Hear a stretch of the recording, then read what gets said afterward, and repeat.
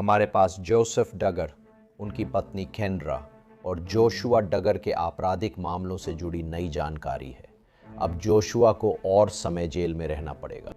लेकिन हमें उनके कजिन एमी डगर किंग के साथ बैठकर बात करने का मौका मिला।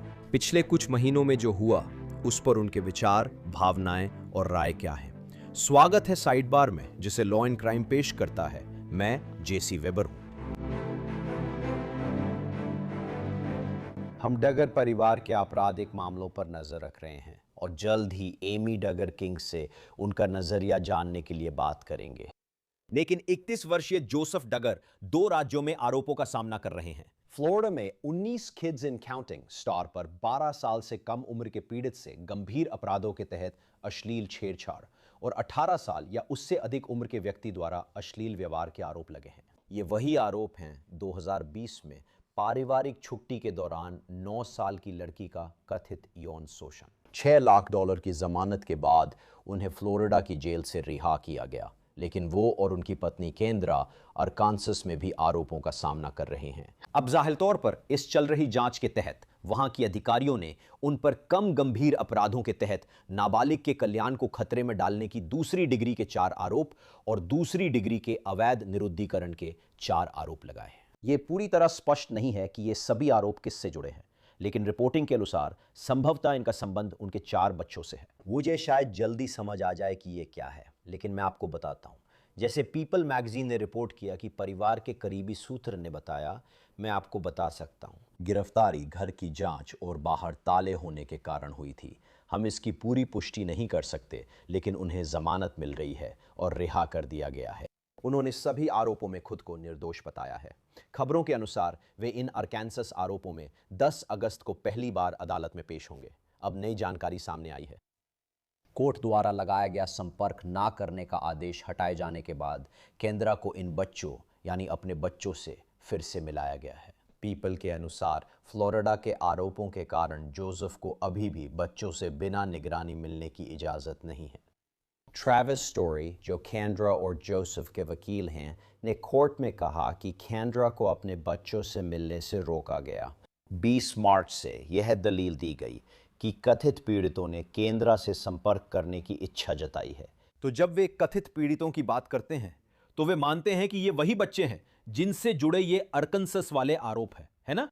आगे कहा गया कि केंद्रा ने संपर्क न करने के आदेश की सभी शर्तों का पालन किया और कोई उल्लंघन नहीं किया।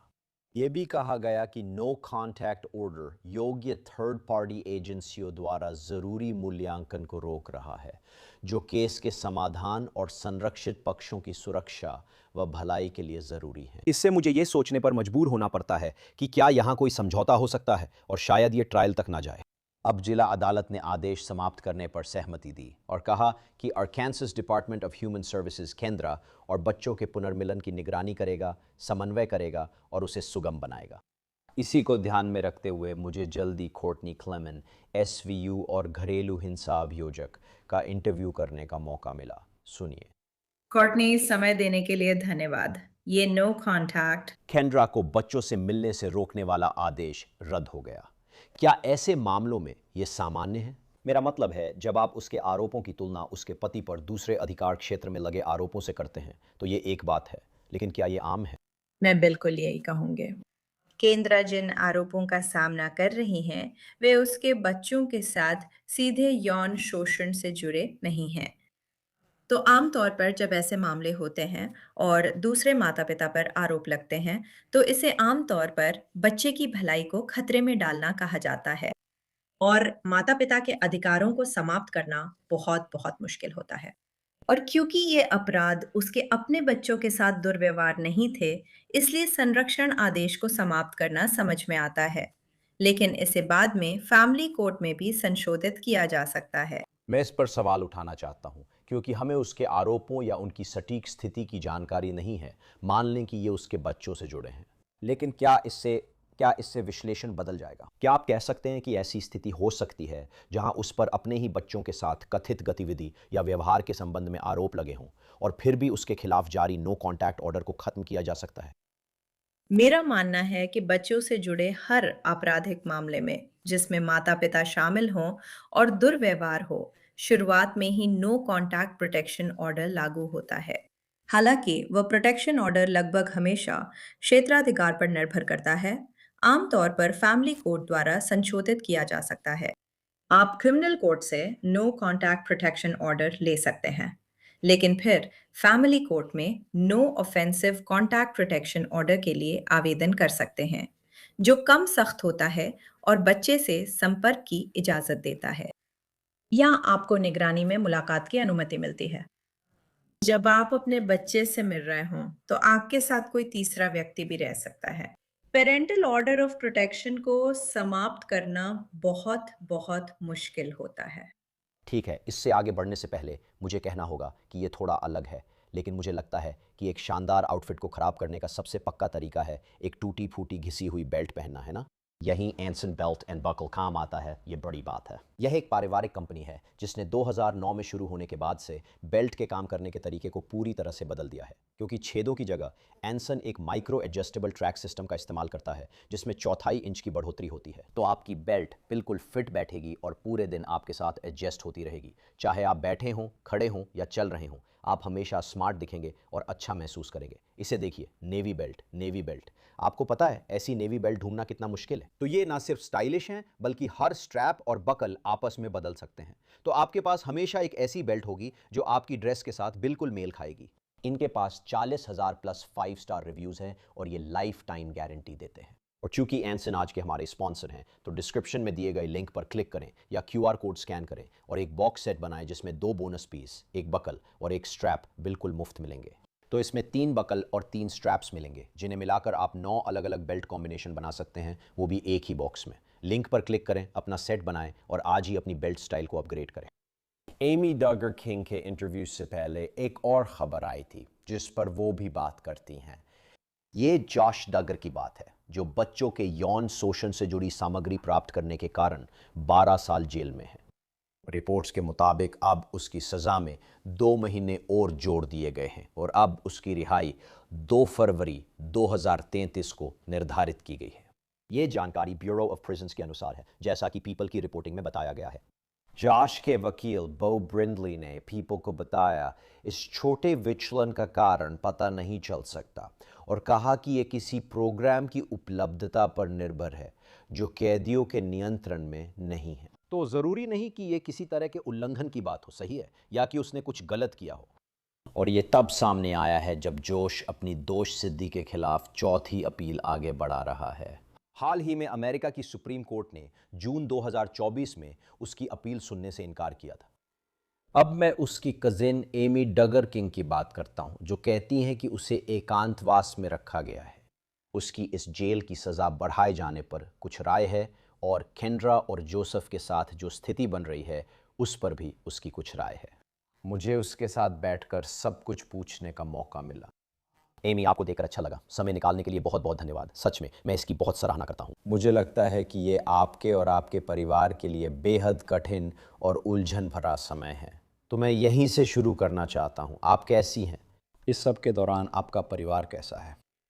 हाँ, मुझे लगता है कि ये ऐसा है जैसे कोई बुरा सपना हो जो कभी खत्म ही नहीं होता और इसलिए मैं हर वो चीज़ करने की कोशिश कर रही हूँ जिससे मुझे मानसिक रूप से थोड़ी स्पष्टता मिल सके। मेरे लिए मानसिक सेहत बेहद ज़रूरी है, इसलिए मैं बेटे, शादी, ज़िंदगी, छोटे परिवार और माँ पर ध्यान दे रही हूँ।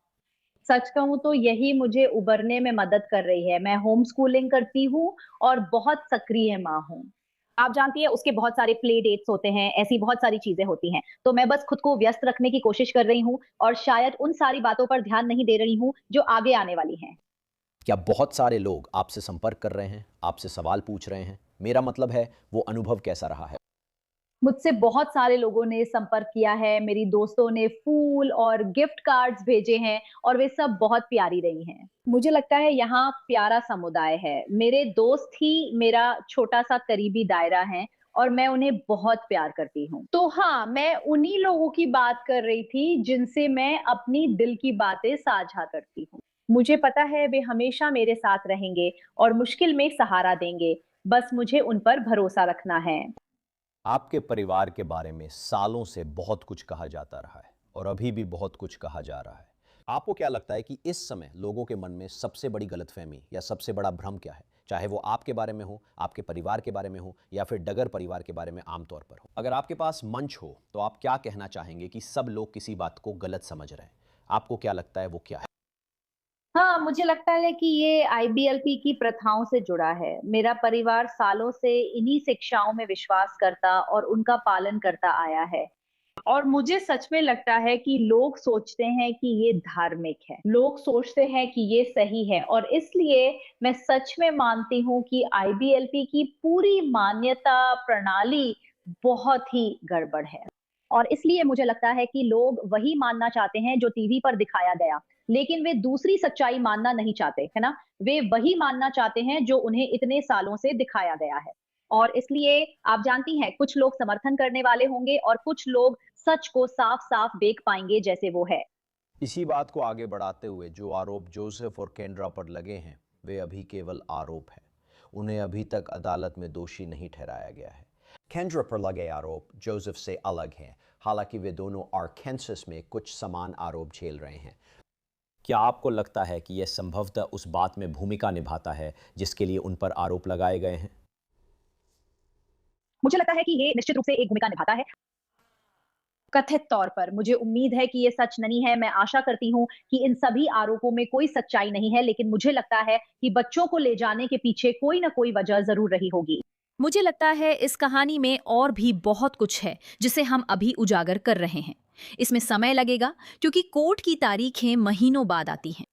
और इसलिए मुझे लगता है कि हम सब बहुत बेचैनी में हैं जब तक हमें और जानकारी नहीं मिलती और फैसले का पता नहीं चलता। और बस बहुत कुछ है, ये सब अभी भी चल रहा है, ये एक चल रही जांच है। और मुझे ये बहुत बुरा लगता है कि ये कोई ऐसा है जो मेरा रिश्तेदार है। क्या आपने उनसे बात की है या आखिरी बार आपने जोसेफ या केंद्रा से कब बात की थी? नहीं, सच कहूं तो मैंने उनसे काफी समय से बात नहीं की। जब जोश को गिरफ्तार किया गया था और वो जेल गया था, उसके पहले वाले स्कैंडल से पहले, असल में वही जिसमें उसकी बहनों का नाम आया था, और वो बहुत बड़ा स्कैंडल था। मैंने उसका सामना किया और उस स्थिति में मैं जैसा महसूस कर रही थी उसके बारे में सच-सच बात की। और मैंने इसे अपनी आत्मकथा होली डिस्रप्टर में लिखा है, जिसमें मैंने उस पूरे दृश्य की पूरी कहानी सच-सच बताई है। मैंने लोगों के लिए उसे इस तरह से पेश किया कि वे सच में समझ सकें कि वहां क्या हुआ था। और उस पल मुझे एहसास हुआ कि मेरी राय में वो बड़ा घर, मतलब मेरे कजिन का घर, वो मेरे लिए सुरक्षित जगह नहीं थी और मैं वहां वापस नहीं गई हूँ। इसमें वे सभी शामिल हैं जिन्होंने जॉश का समर्थन किया। दुर्भाग्य से मेरी राय में उन कजिन्स ने, जो और बाकी सभी ने उस समय जॉश का सच में समर्थन किया था। मुझे स्पष्ट सीमा बनानी पड़ी और कहना पड़ा कि मैं उस व्यक्ति का समर्थन नहीं कर सकती जो इस आदमी का समर्थन करता है। हमारे बीच स्वस्थ दूरी रही है। मैंने उनसे लगभग 5 साल से बात नहीं की। ओह वाह! और परिवार के किसी और सदस्य के बारे में क्या? क्या आप किसी और के संपर्क में रहते हैं? तो जिल और मैं बहुत करीब हैं। जिल और मैं एक दूसरे पर भरोसा करते हैं। मैं उनके बच्चों का ध्यान रखती हूँ और कजिन के तौर पर हमारा रिश्ता बहुत अच्छा है। मुझे लगता है कि जिल को बहुत स्पष्टता और बहुत थेरेपी मिली है और मुझे लगता है कि उसके लिए ये बहुत अच्छा रहा है कि वो चीजों को जैसी हैं वैसे देख पा रही हैं। और हाँ, हम विभिन्न स्तरों पर कुछ चीजों को लेकर अपने भाव साझा कर पाए हैं। किसी और की बात करें तो नहीं, मैंने बहुत सख्त सीमाएं तय कर रखी हैं और उसके पीछे एक वजह है। कोर्ट ने नो कॉन्टैक्ट ऑर्डर हटाया है। अब केंद्रा फिर से अपने बच्चों से मिल सकती है। इस पर आपकी क्या राय है? मैं सच में उम्मीद करती हूँ कि बच्चे हर तरह से सुरक्षित रहें। मुझे नहीं लगता कि आप ये चुन सकते हैं कि बच्चे किस तरह सुरक्षित हैं, उनकी सुरक्षा कैसे होती है और उनकी देखभाल कैसे होती है। मैं आशा करती हूँ कि उनकी अच्छी देखभाल हो रही है। मुझे नहीं पता और क्या कहूँ। मुझे सच में नहीं पता कि असल में क्या हुआ, क्योंकि हम अभी भी नहीं जानते। उसकी कोर्ट डेट और बाकी सब चीज़ों की वजह से हमें सच में कुछ पता नहीं है। मुझे पता है कि वो नियमों का पालन कर रही है। मुझे पता है कि वो आप जानते हैं, मेरा मानना है कि वो उनके संपर्क में है। मुझे पूरा यकीन है। मुझे यकीन है कि ऐसा ही हो रहा है। और मैं बस उन्हें शुभकामनाएँ देना चाहती हूँ और मुझे उम्मीद है कि केंद्रा को जो भी मदद चाहिए और जिसे भी लेकर उसे थेरेपीज़ की ज़रूरत है, वो उसे मिल जाएगी। क्या आप जानते हैं कि परिवार के अन्य सदस्य अभी जोसेफ, केंद्रा और बच्चों की मदद कर रहे हैं? मुझे कुछ नहीं पता, कोई जानकारी नहीं दी गई, बस इधर-उधर से सुना है कि ऐसा है। जब उन आरोपों की खबर आई तो आपकी प्रतिक्रिया क्या थी? मुझे लगता है कि जब पहली बार मुझे उन आरोपों की प्रकृति के बारे में पता चला, तो मेरा दिल पूरी तरह टूट गया था। और अब ये बात कि कथित तौर पर ये जोक हो सकता है। जैसे मैं उससे प्यार करती थी, मैं उससे बहुत प्यार करती थी। वो बहुत प्यारा था, कम से कम जितना मैं जानती थी, वो बहुत प्यारा इंसान था। ऐसा कोई जिस पे लोग सच में भरोसा करते थे। बहुत मज़ाकिया, बहुत दोस्ताना, बहुत नर्म दिल, जानता था कि कैसे आप समझ रही हैं, बस वो सच में बहुत विनम्र और दयालु था। और इसलिए कि जोसेफ है, ये बात मेरा दिल एक अलग ही तरीके से तोड़ देती है, एक बिल्कुल अलग तरीके से। जैसा मैंने कहा, ये बुरा सपना कभी खत्म नहीं होता। मैं उम्मीद करती हूँ कि अब और ना हो। साथ ही मैं सच और ईमानदारी से कहूंगी कि शायद और भी है। इस पर थोड़ी देर के लिए बात करते हुए, क्या आपने कभी ऐसा सोचा कि जब किसी पर कोई अपराध का आरोप लगता है तो बहुत से लोग उसके साथ अपने अतीत को देखते हैं और कुछ ऐसी बातें जो शायद उन्होंने पहले नहीं देखी थी या नज़रअंदाज कर दी थी, अब वे उन्हें एक अलग नज़रिए से देखते हैं। फिर से कह रहा हूँ, ये सिर्फ आरोप हैं, दोषी साबित नहीं हुए हैं, बहुत गंभीर आरोप हैं। क्या आप पीछे मुड़कर सोचते हैं और खुद से कहते हैं, हाँ, मेरी उससे बातचीत में, मेरे उसके साथ अतीत में कुछ बातें जो मैंने देखी या सुनी थी, क्या अब मैं उन्हें थोड़ा अलग नज़रिए से देखता हूँ? मुझे ऐसा नहीं लगता। जैसा कि मैंने कहा, जब भी मैं उनके आस-पास थी, वो सिर्फ तब था जब हम शूटिंग कर रहे थे। तो मैं सच में ये बहुत दिलचस्प है, मेरा परिवार बड़ा है ज़रूर, लेकिन हम बहुत करीब नहीं थे। वो मुझे इंसान की तरह नहीं जानते थे, बल्कि जैसा दिखाया गया था, वैसे ही जानते थे। और इसलिए मैं भी उन्हें सिर्फ सतही तौर पर ही जान पाई। यहाँ तक कि सालों तक उन्होंने मेरे साथ शूटिंग की, हम साथ में जो भी करते थे और मैं उनके साथ शूटिंग करती थी, फिर भी मैं उन्हें सिर्फ सतही तौर पर ही जानती थी। बातें बस मौसम की होती थी या उनकी स्कर्ट कितनी सुंदर है, बस इतना ही। हमारी बातचीत भी बड़ी होती थी, जिनके बारे में हमें बात करने के लिए कहा जाता था।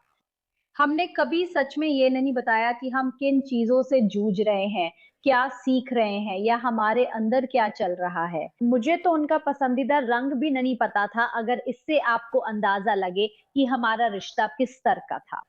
और मुझे लगता है कि क्योंकि मैं 5-6 सालों से आस-पास नहीं थी, बहुत कुछ बदल सकता है, एक इंसान बदल सकता है।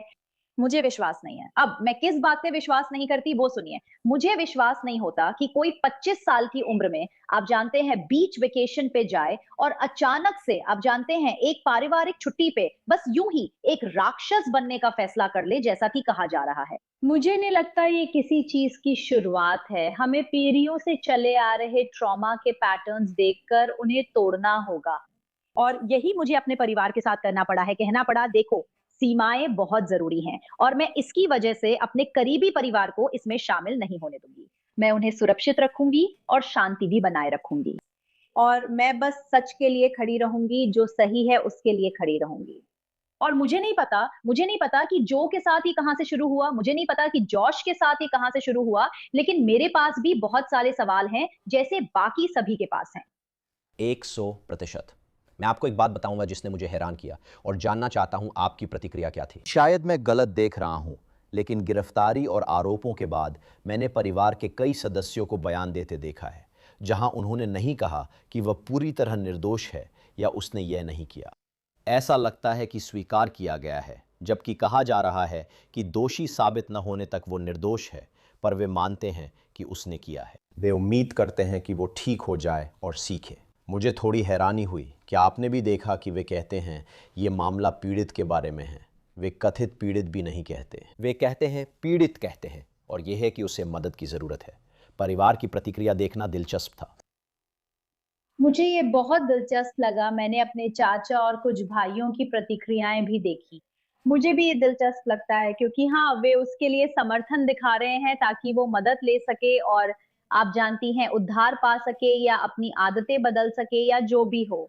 लेकिन साथ ही मैंने सुना है कि पर्दे के पीछे बहुत सारा समर्थन मिल रहा है। और मुझे उम्मीद है कि जो टिप्पणियां और समर्थन सहायक ईमेल्स, मीडिया वगैरह को भेजे जा रहे हैं, वे सच में कायम रहें। क्योंकि मैं उम्मीद करती हूँ कि ये सिर्फ कोई पीआर, आप जानते हैं, दिखावा नहीं है। बिल्कुल सही। हाँ, मुझे ऐसा लगता है, मुझे सच में ऐसा ही लगता है। मीडिया चीजों को घुमा सकता है और मुझे लगता है कि वे मेरा मतलब है ऐसा कहा जाता है कि वे चीजों को घुमा सकते हैं। तो बस मैं बस यही उम्मीद करती हूँ कि वो ऐसा करे। मैं उम्मीद करता हूं कि ये उसी के लिए हो।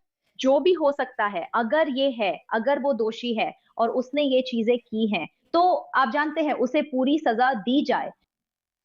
एमी, मुझे तुमसे जोशुआ के बारे में पूछना है। तो ये दिलचस्प था। उसका जेल में समय बढ़ा दिया गया है और बताया जा रहा है कि उसे एकांतवास में रखा गया है। तुम्हें लगता है कि तुम्हें पता है क्यों हुआ? मैं मतलब है मुझे लगता है उसके पास मोबाइल फोन था, सही है, उसके पास एक और फोन भी था। मैं जिज्ञासु हूं क्योंकि कुछ रिपोर्टिंग में कहा गया है कि संभावित उल्लंघन क्या थे, यह स्पष्ट नहीं है। क्या आपके पास इस बारे में कुछ और जानकारी है कि अगर कोई उल्लंघन हुआ था या इसे क्यों बढ़ाया गया या यहाँ क्या हुआ? क्योंकि मुझे नहीं लगता कि हमें कोई आधिकारिक कारण मिला है। नहीं, मुझे भी नहीं लगता कि हमें कोई आधिकारिक कारण मिला है और यहाँ तक कि आप जानते हैं मैंने अपने सोशल मीडिया पर भी डाला क्योंकि हर कोई मुझसे जवाब चाहता है क्योंकि मैं ही सबसे ज़्यादा बोलने वाली हूँ, तो लोग कहते हैं, "अरे! तुम वहाँ थी, हमें और बताओ, हमें और बताओ।" और मैं कहती हूँ, मैं भी वैसे ही पता लगा रही हूँ जैसे आप लोग। मुझे लगता है शायद ये मोबाइल फ़ोन की वजह से हुआ है। ये बस मेरी राय है, ये मेरा अंदाज़ा है और ऐसा पहले भी हो चुका है। आप जानती हैं मुझे सच में लगता है कि उसे लगता है कि वो कानून से ऊपर है। मुझे लगता है कि उसे लगता है कि वो जो चाहे कर सकता है और बच सकता है। आप जानती हैं मैं जोश डगर हूँ। आप जानती हैं वही सब। मुझे लगता है कि ऐसी सोच का अंजाम आखिरकार पतन ही होता है। इसलिए हाँ, मुझे लगता है कि वजह शायद मोबाइल फोन ही था, लेकिन मेरे पास इसका कोई सबूत नहीं है। लेकिन ये सोचने पर मजबूर करता है कि उसे वो किसने दिया, वो उसे कैसे मिला और वो उसके साथ क्या कर रहा है, वो उसमें क्या खोज रहा है। मेरे मन में सवाल है, मेरे पास बहुत सारे सवाल हैं। आपको इस बात के बारे में कैसा लगता है कि वो जेल में और ज्यादा समय बिताएगा? ओह! मैं तो इसका जश्न मना रही हूँ। मैं इसका जश्न मना रही हूँ और चाहती हूँ कि वो वहीं तब तक रहे जब तक उसके बच्चे 18 साल के ना हों। हाँ। वैसे जेल में बंद होने की बात करें तो हमने शो में एक चीज कवर की थी। जोसेफ और केंद्रा की बात पर वापस आते हुए उनकी बहुत सारी फोन कॉल्स जारी की गई थी। मुझे नहीं पता कि आपको उनमें से कोई सुनने का मौका मिला या नहीं। मैंने उन सबको सुना। आपको वे कैसे लगे? ओह! ठीक है, जैसी तुम्हारे पास कितना समय है? मुझे बताने दो। वे बहुत दुखी थे। वे बहुत दुखी थे। मुझे लगा ये मेरी अपनी राय है, लेकिन मुझे लगा कि जोसेफ उन परिस्थितियों में बेहद स्वार्थी था। वो केंद्रा के लिए चिंतित नहीं था। केंद्रा को ये पूछना पड़ा, क्या आप मुझसे अब भी प्यार करते हैं? और जैसे मैं मन ही मन चिल्ला रही हूँ, केंद्रा, क्या तुम खुद से प्यार करती हो? क्या तुम खुद से प्यार करती हो? क्या तुम खुद से इतना प्यार करती हो कि आजाद हो सको? यहाँ कोई है जिसने कथित तौर पर 9 साल के बच्चे को चोट पहुंचाई हो सकती है? तुम जानती हो मैंने ये बात दूसरे पॉडकास्ट में भी कही है, लेकिन ये उसके सामने आगे आने का समय है ना? वो उन बच्चों की रक्षा कर सकती है। वो कर सकती है, वो उस स्थिति से बाहर निकल सकती है अगर ये सही है। अगर तुम जानती हो दोषी करार दिया गया है, सारी बातें। और मुझे बस नहीं पता कि आगे क्या होने वाला है। मैं भगवान से प्रार्थना करती हूँ कि वो चीजों को वैसे ही देखे जैसी वे हैं और अपना नजरिया बढ़ाए। क्या आपको ऐसा लगा कि जब ये हुआ, मेरा मतलब है वे आरोपों की असलियत समझाने में बहुत सावधानी बरत रहे थे क्योंकि उन्हें पता है कि सब कुछ रिकॉर्ड हो रहा है? मेरा मतलब है वहां लिखा था कि ये एक रिकॉर्ड की जा रही लाइन है। लेकिन क्या आपको इस बात का अंदाजा हुआ कि वे आर्कांसस के आरोपों को कैसे देख रहे हैं? जैसे उनकी सोच क्या है, वे इसे किस नजरिए से देख रहे हैं? खैर, मुझे पता है कि मैंने अपने चाचा की ईमेल्स देखी थी जिनमें लिखा था ये बहुत बेवकूफी है कि केंद्रा पर आरोप लगाए गए। ये बहुत बेवकूफी है कि उसे गिरफ्तार किया गया। जैसे हम देखेंगे कि क्या हम उन आरोपों को हटवा सकते हैं, मतलब इस तरह की बातें। लेकिन फिर से सोचिए, एक बच्चे की सुरक्षा कैसे की जाए? इसका पैमाना क्या है ना? जैसे क्या अच्छा है, क्या बुरा है? आप ये रेखा कहाँ खींचते हैं कि बच्चों को खाना खिलाना मुझे अच्छी माँ बनाता है? अगर मैं अपने बच्चों को शिकारियों से, जैसे कि कहा जाता है, बचाती हूँ, तो मैं एक अच्छी माँ हूँ। आप जानते हैं वो रेखा कहाँ है? मुझे लगता है कि ये वहीं से शुरू होता है जब आप सुनिश्चित करती हैं कि वे हर दिन सुरक्षित, प्यार और देखभाल में रहें। अगर वे नहीं हैं, तो हमें स्थिति को और गहराई से देखना चाहिए। मेरा दिल उन बच्चों के लिए बहुत दुखी होता है। मेरी उनसे कभी मुलाकात नहीं हुई, लेकिन फिर भी मेरा दिल उनके लिए बहुत दुखी है और मैं बस यही उम्मीद करती हूँ कि वे जहां भी हों, सुरक्षित हों। एमी, आपने समय और विचार साझा किए, इसके लिए धन्यवाद। मैं सच में इसकी सराहना करता हूँ। मैं इसे अपने दर्शकों और श्रोताओं के साथ साझा करने के लिए उत्सुक हूँ ताकि वे आपका नज़रिया जान सके। बहुत धन्यवाद। नहीं, जैसी आपको बहुत बहुत धन्यवाद। एक बार फिर एमी डगर किंग का धन्यवाद। सच में इसकी सराहना करता हूँ। और आप सभी का भी धन्यवाद जो इस केस में हमारे साथ जुड़े रहे। फिलहाल साइड बार पर आपके लिए इतना ही है। कृपया YouTube, एप्पल पॉडकास्ट, स्पॉटिफाई या जहां भी आप पॉडकास्ट सुनते हैं वहां सब्सक्राइब करें। हमें NBC के पीकॉक पर भी देखें। अगर आप मुझे फॉलो करना चाहें तो X और Instagram पर मुझे फॉलो करें और मेरा न्यूज़ नेशन शो जेसी वेबर लाइव सोमवार से शुक्रवार ईस्टर्न समयानुसार रात 11 बजे देखें। फिर मिलेंगे।